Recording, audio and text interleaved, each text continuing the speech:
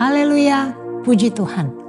Yesus kuatku datang lagi untuk memberkati kita sekalian dengan kebenaran firman Tuhan. Sebelumnya, mari kita satu dalam doa. Kami datang kepadamu Bapa yang baik. Pada hari ini kami akan merenungkan kembali kebenaran firman Tuhan. Urapi kami, urapi pendengaran kami, urapi hati kami untuk kami dapat menerima setiap kebenaran firman Tuhan. Kami berdoa Tuhan, kami serahkan di dalam nama Tuhan Yesus Kristus. Haleluya, amin. Puji Tuhan, Bapak Ibu, pada hari ini kita akan baca di dalam satu ayat di 2 Samuel pasal yang ke-22, di ayat yang keempat. Saya bacakan bagi kita semua. Terpujilah Tuhan seruku, maka aku pun selamat daripada musuhku. 2 Samuel pasal ke-22 itu mengisahkan tentang perkataan nyanyian Daud kepada Tuhan karena Tuhan telah melepaskan dia dari musuh-musuhnya. Di ayat yang ketiga Tuhan telah menyelamatkan Daud daripada kekerasan. Di ayat yang keempat Tuhan menyelamatkan Daud dari musuhnya. Dan di ayat yang ke-18 Tuhan sudah menyelamatkan Daud dari musuhnya yang gagah perkasa, yaitu Saul. Nah, di situ dikatakan bahwa Tuhan menyelamatkan Daud dan Daud bersukacita memuji Tuhan. Tapi kita mau belajar di saat ini bahwa ada satu kata yang menjadi notis saya. Di ayat yang keempat tadi dikatakan terpujilah Tuhan seruku, maka aku pun selamat daripada musuhku. Ada kata maka di situ. Kata maka adalah kata penghubung yang menyatakan hubungan akibat, Bapak Ibu. Jadi karena memuji Tuhan, Daud selamat daripada musuh-musuhnya. Jadi Daud memuji Tuhan bukan karena dia sudah diselamatkan, tetapi Daud memuji Tuhan pada saat dia sedang dalam kesesakan, sedang dalam persoalan, dan karena dia memuji Tuhan, Daud diselamatkan daripada musuh-musuhnya.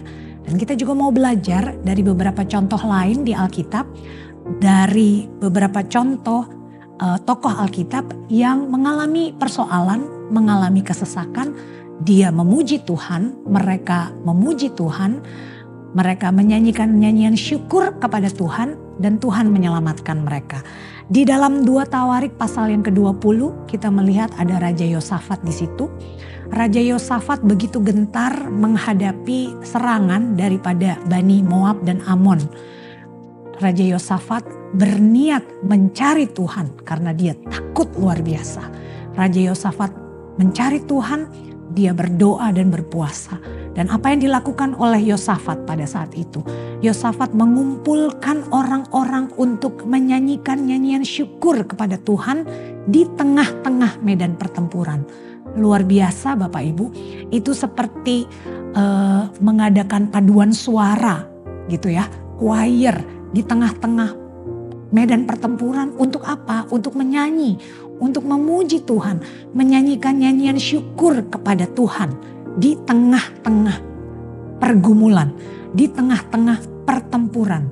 Dan kita tahu akhir dari cerita Yosafat bahwa pertempuran itu dimenangkan oleh Israel. Bukan karena mereka berperang, tetapi karena tangan Tuhan yang menolong mereka untuk mereka memenangi peperangan tersebut. Puji Tuhan, semua karena apa?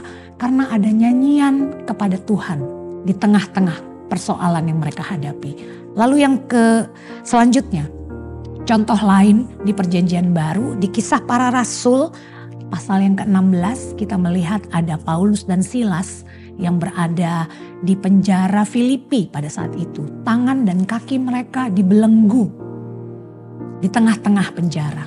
Ada masa kesesakan di dalam kehidupan mereka. Tetapi apa yang mereka lakukan kita sudah tahu bersama.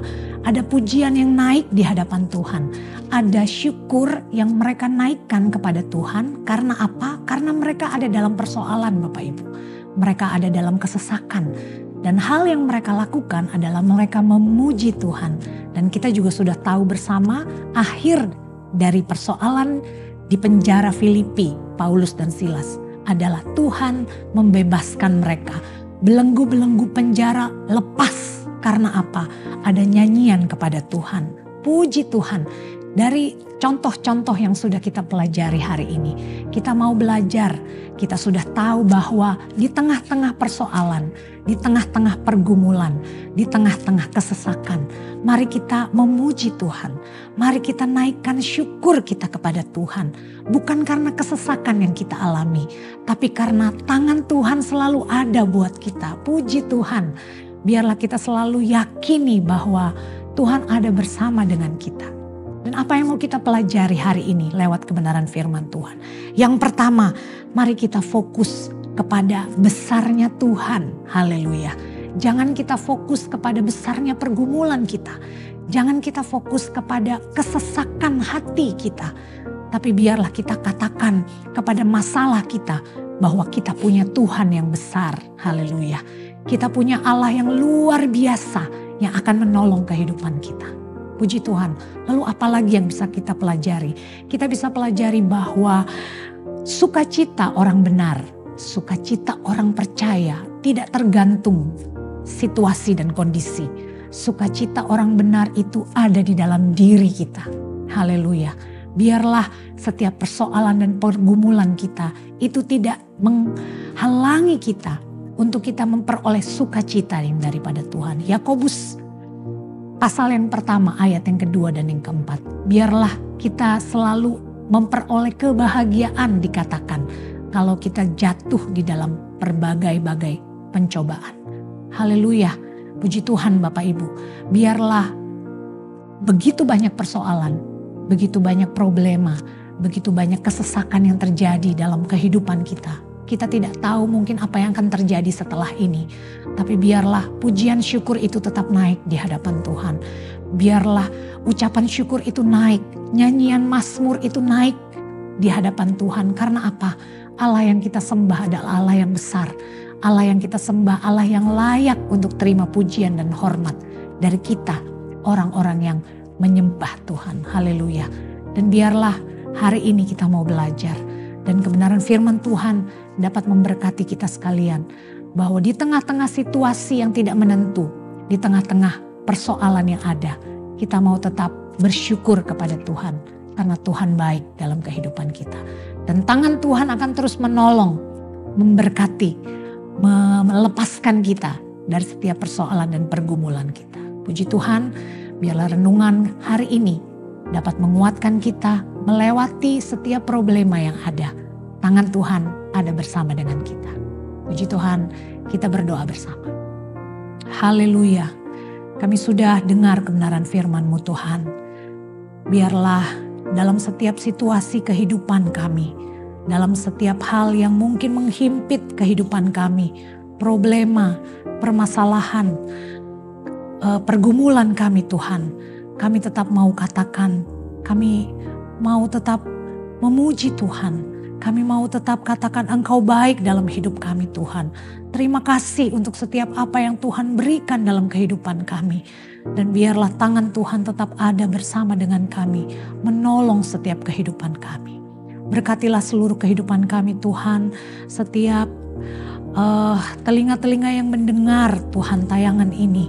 Apapun yang menjadi pergumulan, persoalan, permasalahan. Engkau Allah yang terlebih mengetahui.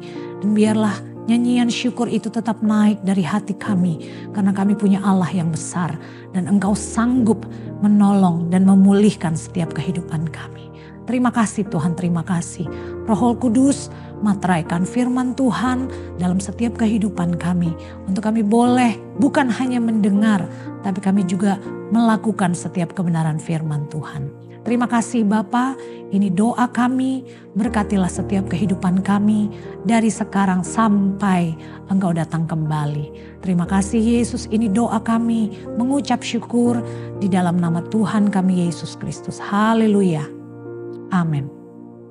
Bersama Yesus, aku kuat. Haleluya.